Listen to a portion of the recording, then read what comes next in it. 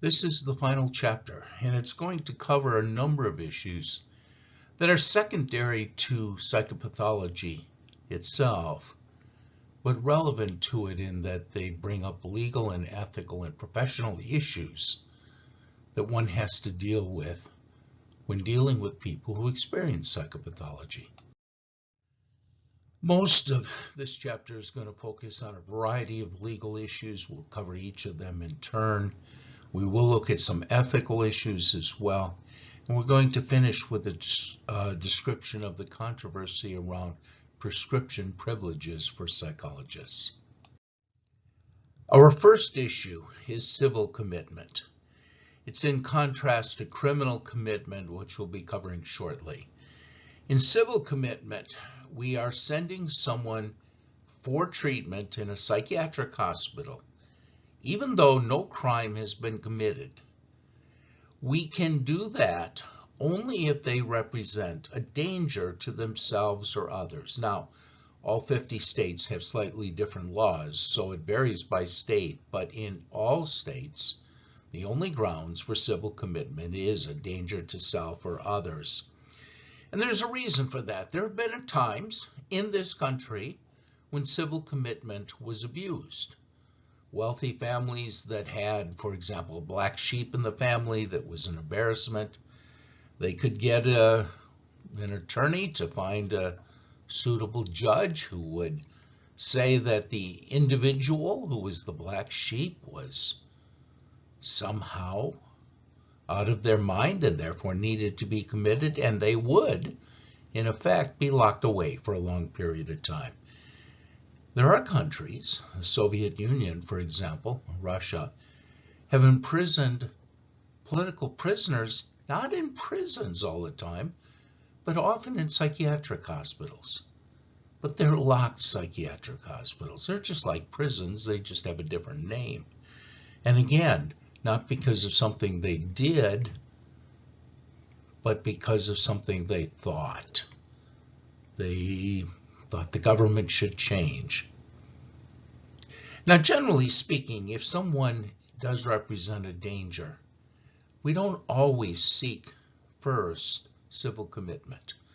Often we try to get them to recognize the risk they pose themselves and admit themselves to the hospital. And part of the logic of that is if you admit yourself to the hospital, you have the right to leave at any time you want. If a judge commits you to a hospital, you lose that right. Now, civil commitment in all 50 states require that it be reviewed. On average, it's usually about every 6 months. And when it is reviewed, the patient has to have their own attorney, typically provided by the state because the patient rarely has funds for it, and an independent evaluation by someone other than the hospital that is holding the patient.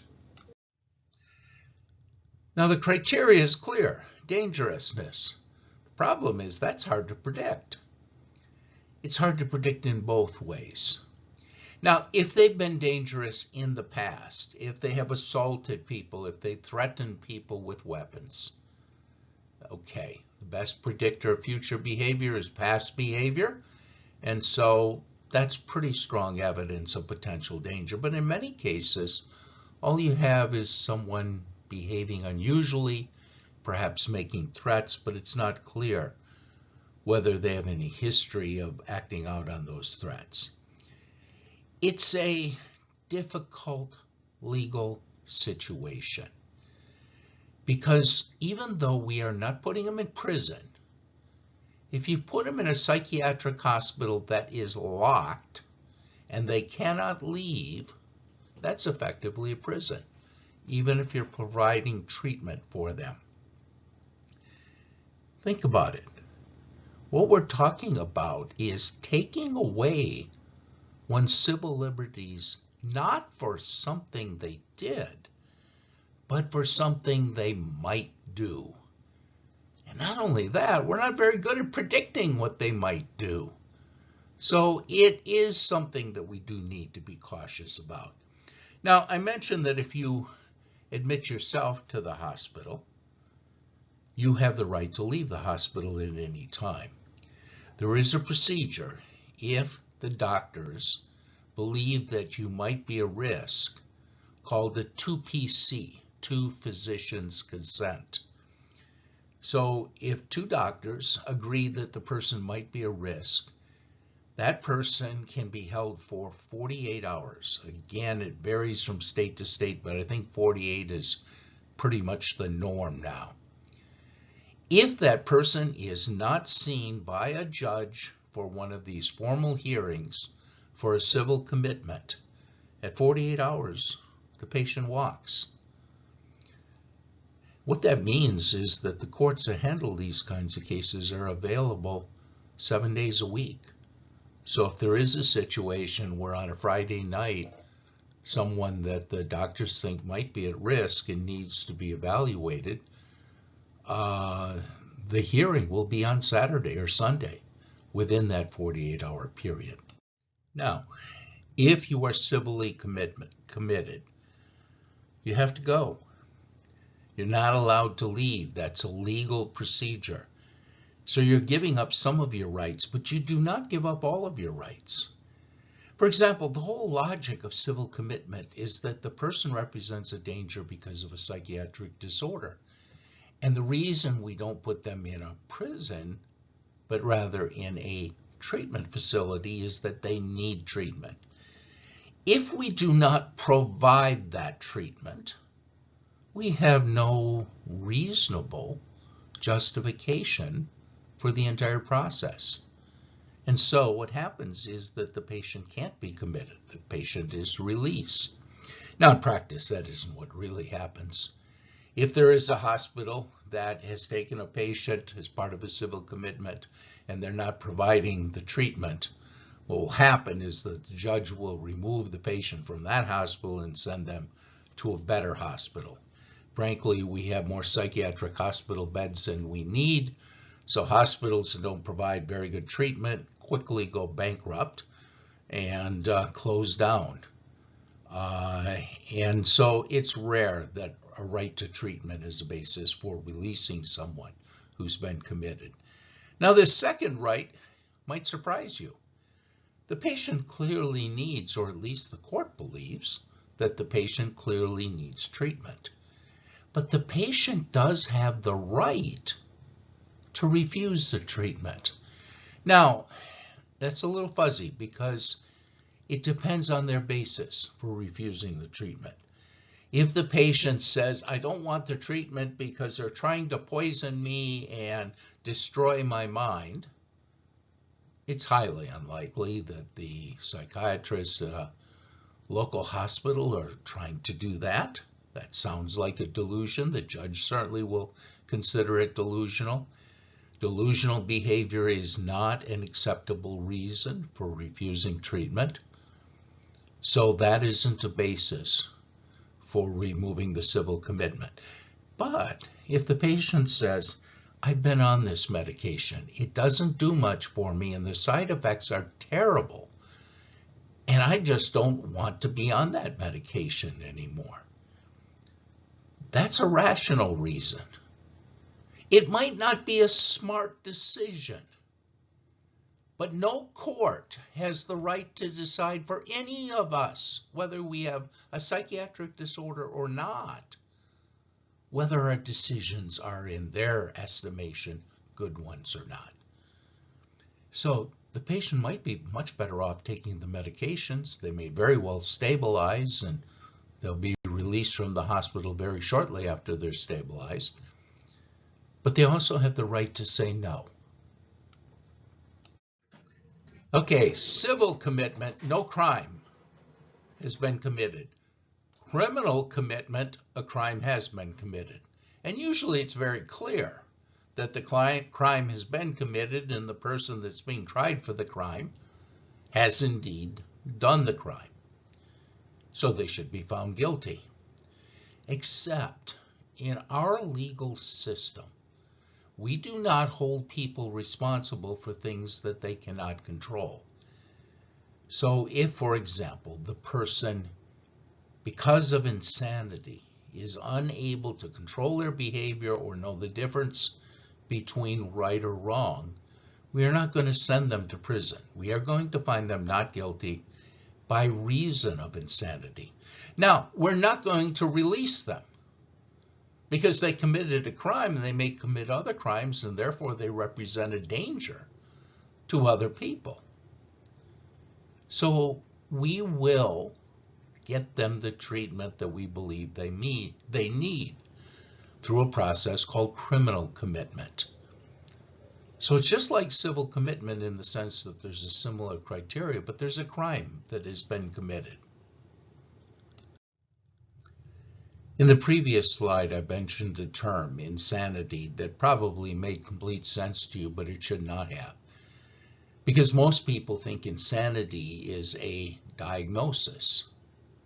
If, for example, you have schizophrenia, then you are insane. Insanity is defined legally, not by the diagnostic manual. And its definition is related not to your symptoms, but to your capabilities. The logic of it, again, is within our legal system, we hold people responsible only to the extent that they are capable of controlling the situation. So, we've had several criteria, they're all listed here, for the definition of insanity. 1834, the concept of irresistible impulse was suggested. That meant if you can't control your behavior, for whatever reason, including your psychiatric condition, then you can't be held responsible for it.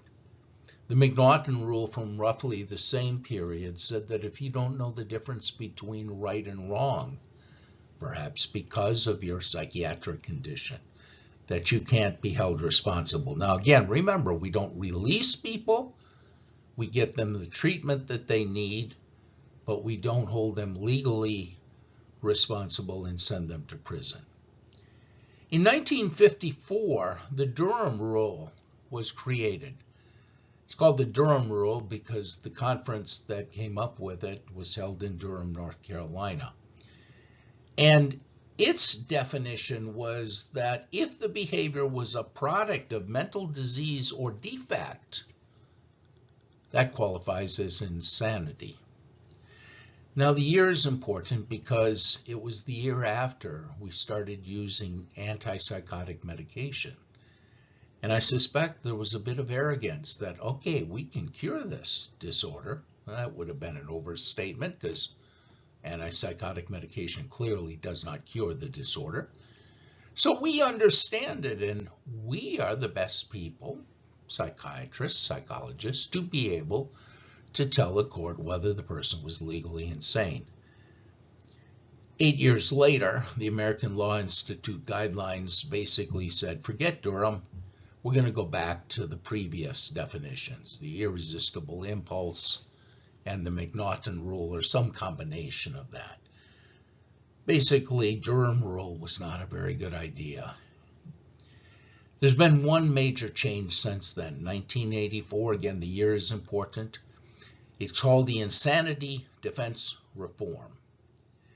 And it is different in several ways. The first is all of these other criteria were established by courts to guide decisions of judges. The Insanity Defense Reform was passed by the Federal Congress. So this is legislative action rather than judicial action. 1984, why is that year important? Because that was shortly after John Hinckley was found not guilty by reason of insanity for trying to kill President Reagan. People were outraged that he had gotten away with trying to kill the president because of this not guilty by reason of insanity response. We'll see in a moment he really didn't get away with very much. The other thing about this change is it shifted the burden of proof. Previously, the prosecution had to prove, if there was any question, that the individual who committed the crime was sane. Now it's the responsibility of the defense to prove that the person was insane if you're going to use an insanity defense. The public doesn't like the insanity defense. And there have been many widely publicized attempts to use the insanity defense. John Hinckley's attorney used it and was successful. And quite frankly, the facts of the matter did support that decision. Charles Manson, Jeffrey Dahmer, Ted Kaczynski, the Unabomber. These names are not familiar. Google them and you'll hear about their exploits. They all attempted to use the insanity defense. It didn't work. They all went to jail. The public perception of the insanity defense turns out to be quite inaccurate. Most people, 90%, believe it's a legal loophole. If you're found not guilty by reason of insanity, you spend a little time in a psychiatric hospital and then you go free. And 90% also believe that it's overused, but both of those are myths. Okay, most people may believe that not guilty by reason of insanity is a legal loophole, that lots of people get off. In fact, it's rarely used because it almost never works. Neither judges nor juries believe it. It's extremely hard to convince either one of them. And if you try to claim that you were temporarily insane, but, well, you're fine now and therefore you should be let loose, no one takes that seriously.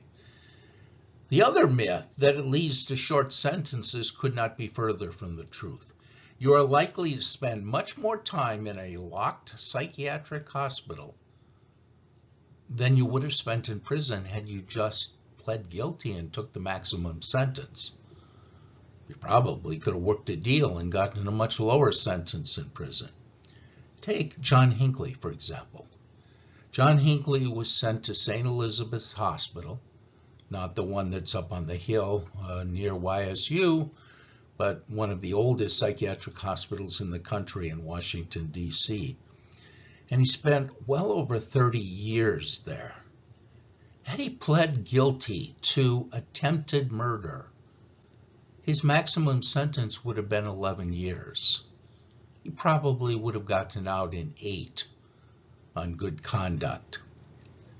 But he spent 30, and that's the norm. Generally, you don't get released from a psychiatric hospital until you are considered no longer a danger. Who's going to release someone who made an attempt on the president's life? So he spent a very long time in the hospital. Now, some states have addressed the perceptions, and they've addressed it in relatively subtle ways, in the sense that it doesn't make much of a difference to the individuals. So, for example, some states don't have the verdict of not guilty by reason of insanity. Instead, they have the verdict of guilty, which, by the way, is almost always obvious, but mentally ill. So the result is the same. Instead of going to a prison, you go to a psychiatric hospital. Some of the states have insisted that there be a minimum sentence, so that if you are found guilty but mentally ill, you get treatment until you no longer need it. And then you will finish out your sentence in a prison if you have not already put in that time. It's very rare that by the time the hospital is ready to release you that you haven't already filled out that sentence.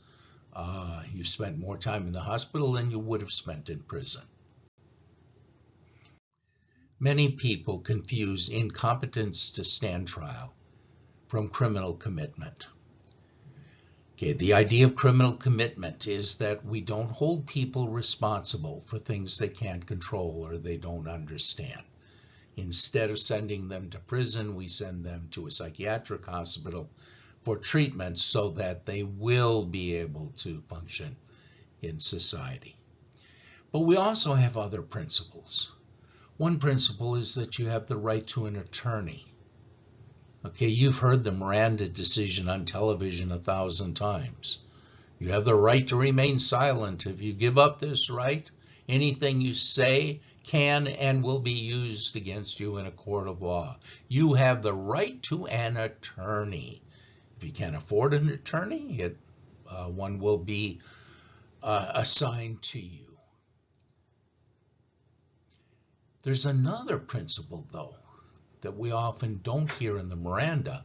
Well, it's not in the Miranda decision, but is equally important. You have the right to be represented by someone who understands the law, but you have to be able to work with that person. Otherwise, they're not going to be able to represent you. If, and it doesn't matter what was going on during the crime, if at the time of the trial you are unable, for whatever reason, to work with your attorney to defend yourself, then we simply postpone the trial. Okay, you're incompetent to stand trial because you can't work with your attorney. Now, you don't go free. You stay in jail or wherever it is that you are. So all this does is postpone the trial. Now, in many cases, people have been arrested for things where they wouldn't have spent much time in jail, and they may not be competent to stand trial for a time much longer than would have been the sentence had they been found guilty. So in many cases, there are judges assigned to look at these cases and say, okay, I'm going to dismiss the case for time served, because the individual's already spent more time in jail or in a psychiatric facility. Either is possible in that case. So if you can't work with your attorney, then the trial doesn't go on. That makes sense. If you can't work with your attorney because you are in a coma, of course you wouldn't have the trial. You'd wait until you came out of the coma. If you are so psychotic that you can't work with your attorney, again, you're unable to help in your defense.